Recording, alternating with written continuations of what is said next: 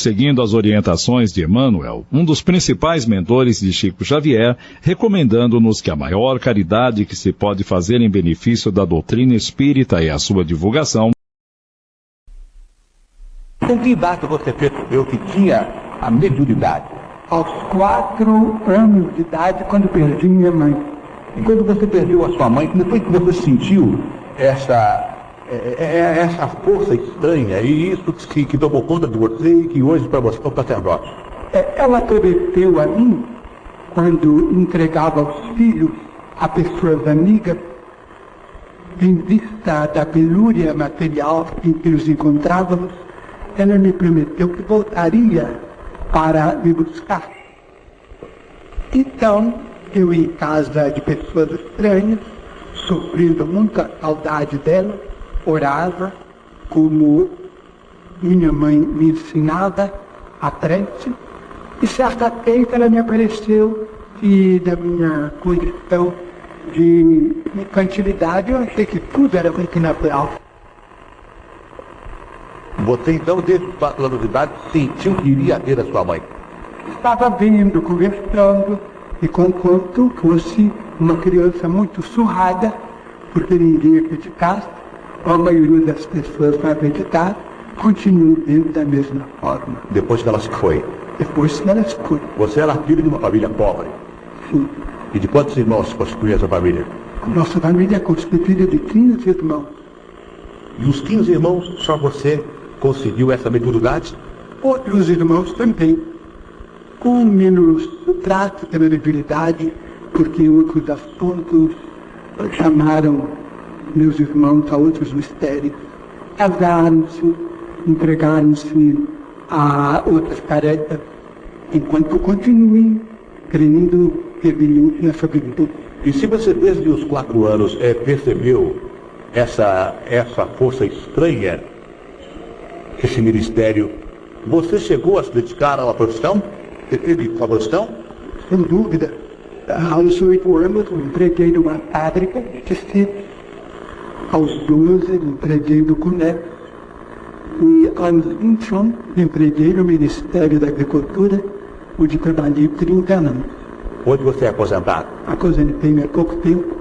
Agora você falou em psicografar. Quer dizer que se eu recebesse agora um espírito, eu pegaria uma caneta e, fora dos meus sentidos, através dessa luz que eu estivesse recebendo, através desse espírito, eu iria escrevendo coisas que não partiriam da minha mente, que não partiriam do meu cérebro, partiriam desse espírito. E quantas obras psicografadas você tem?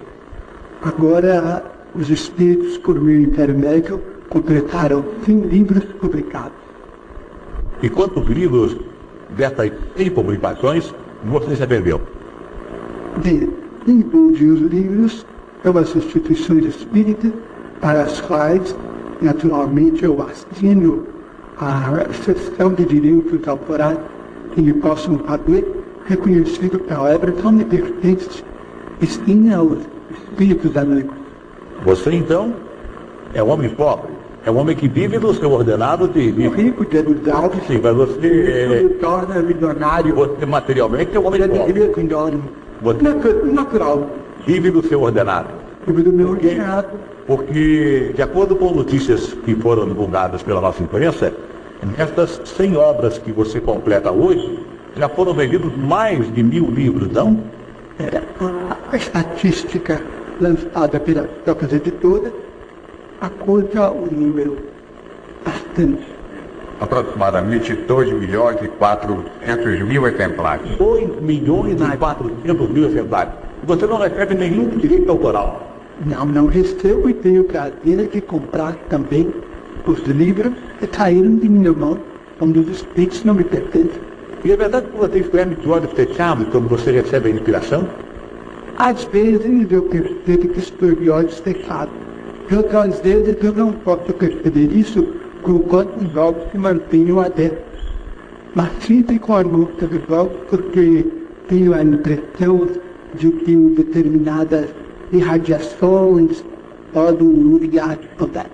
Chico Xavier, você depois de ter escrito 100 livros, se você não recebesse esse espírito, se você não recebesse essa mediunidade, você, na sua pessoa normal, não conseguiria escrever nenhum livro?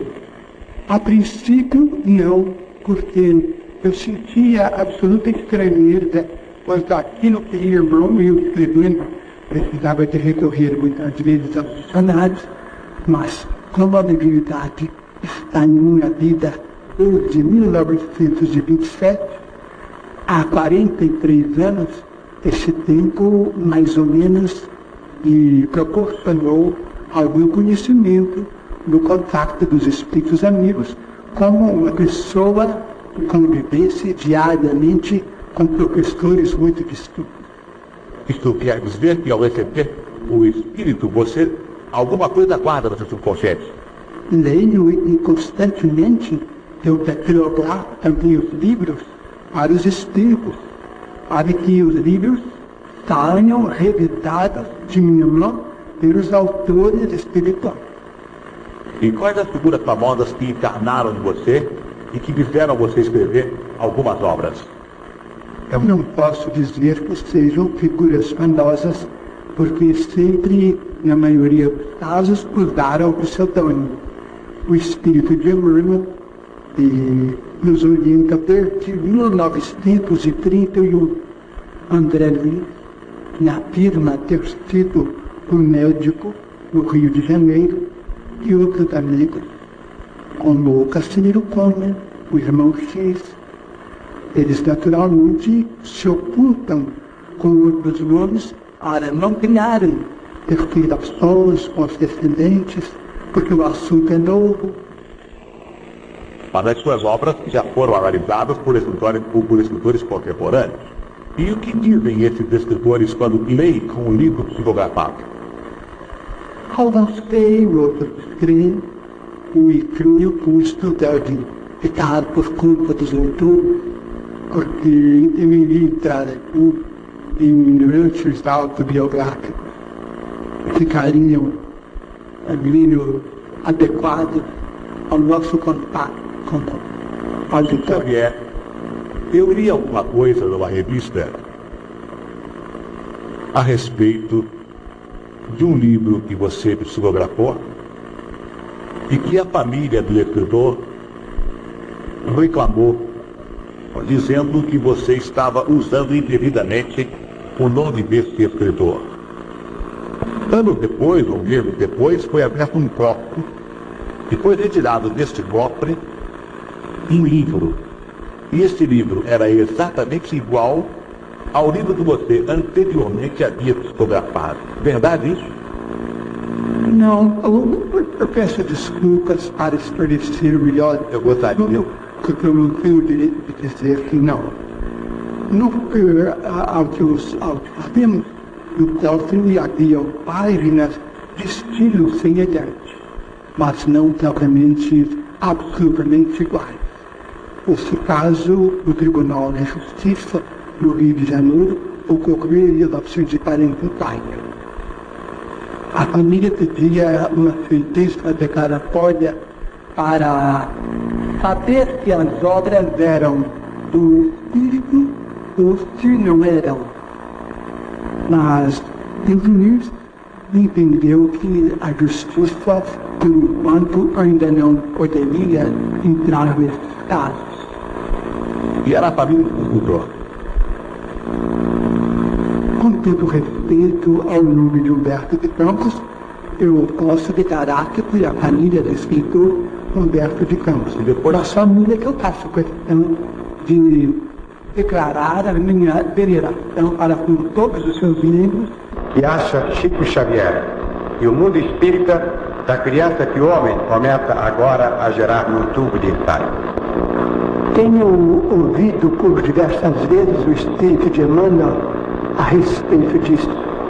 Ele diz que o nosso respeito à ciência deve ser um contexto, e que o progresso da ciência é infinito, e que a solução do problema do tubo de ensaio para descanso do claustro materno é viável, mas restará à ciência um grande problema, o problema do amor com que o espírito reencarnante é envolvido no lar, pelas vibrações de carinho, de esperança, ternura, confiança de pai e mãe, o período também da infância, em que a criança é rodeada de amor, muito mais alimentada de amor do que de recursos nutrientes da terra. Vamos ver como a ciência poderá resolver esse problema para que não venhamos a cair em monstruosidades do ponto de vista mental. Chico Xavier, você disse que recebe com muita frequência o espírito de Emmanuel. Emmanuel, é com quem você fala com mais frequência? Mais frequente, porque ele orienta. Emmanuel deve ser um intelectual, deve ser um espírito de muita luz, como se diz na forma popular. Ele só conversa com você sobre esses assuntos de caráter científico, ou ele também seria capaz de responder a pergunta de ser Nostradamus nas suas previsões e está certo? O mundo vai acabar antes do ano 2000? Nós não podemos criar a profecia do pessimismo, do derrotismo. Nós somos filhos de Deus e devemos crer na misericórdia infinita de Deus. Certa feita, perguntando a Emmanuel sobre a extinção do mundo, ele me disse: mas Deus, que nos deu este mundo maravilhoso que nós chamamos Terra, no caso de um cataclismo cósmico, nos dará outro mundo tão belo quanto esse, porque Ele é nosso Pai.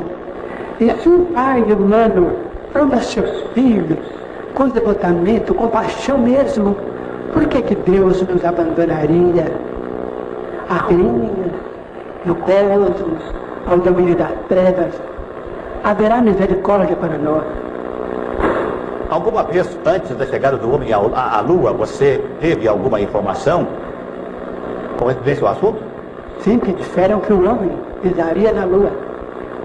Sempre os espíritos amigos nos avisaram de que a ciência conseguiria realizar essa proeza. E naturalmente que a astronáutica prosseguirá através de novos caminhos, buscando novos mundos, novos tipos de vida, novas humanidades, quem sabe. Chico Xavier, você mora na cidade de Uberaba? Há quase 12 anos. E muitas pessoas em todos os cantos do Brasil vão procurá-la? Muita gente por bondade vai até lá, mas não por mérito, eu não sei. E quando a pessoa vai a Uberaba, você recebe essa pessoa?